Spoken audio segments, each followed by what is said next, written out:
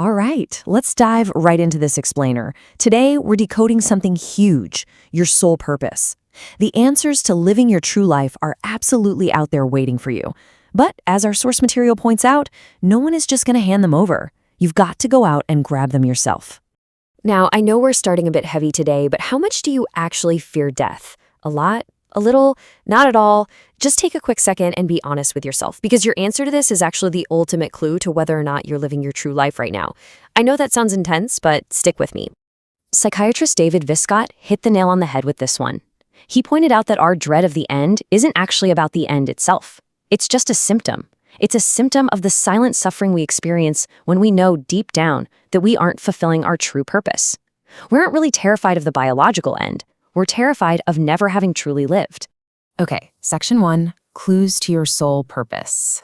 So if we're going to cure that silent suffering, we've got to completely rethink Joseph Campbell's famous advice to follow your bliss. For decades, people assumed this meant becoming some selfish hedonist, just a pleasure seeker, but that's totally backwards. What Campbell actually meant was that your joy is a compass. You have to look for clues in whatever makes you happy, because that happiness points directly to where you can be of the absolute most service to other people. Which brings us to the most critical tool in our entire investigation. What makes you happy? Like, what gets you genuinely, deeply excited? Because you can't live your true life if you aren't serving people. And here's the kicker, you simply cannot serve people extraordinarily well if you are miserable doing it. Moving on to section 2, a memory reveals the answer. You know, there's this incredible truth in human psychology. If you ask yourself a question enough times, it will eventually yield the right answer.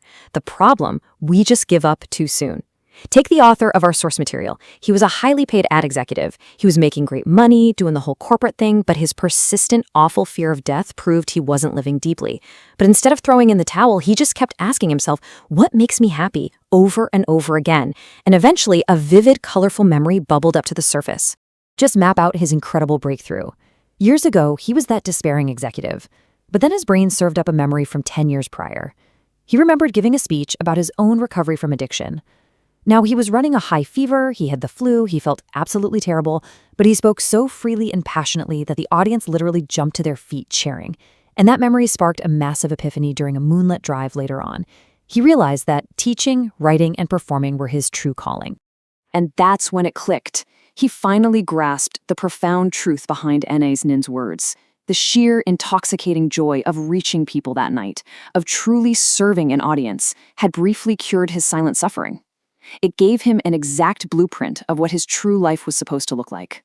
Which leads us to section 3, taking action right now. Because figuring it out, that's really only half the battle. The real trick is getting out there and actually doing it, in the real world. And honestly, it's simpler than you think, because you don't need anyone's permission. You don't have to wait around to get lucky and find some magical job with an appreciative boss.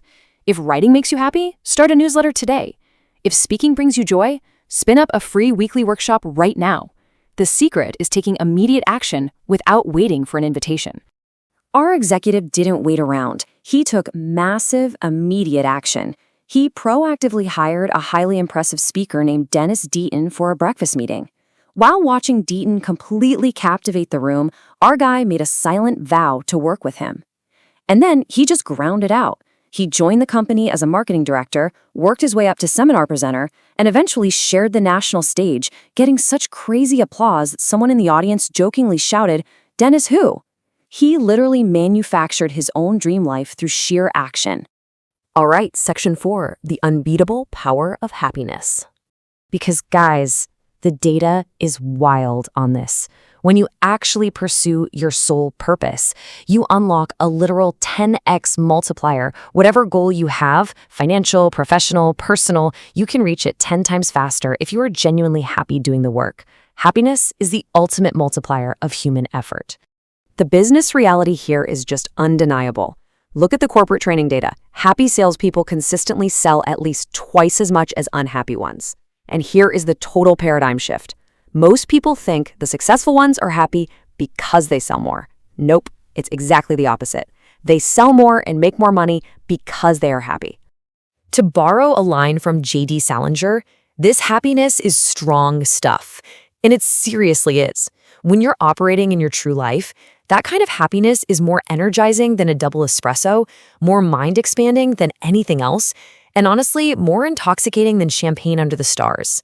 It is the purest fuel from meaningful life. So let's tie all of this together with 3 big takeaways from our explainer today.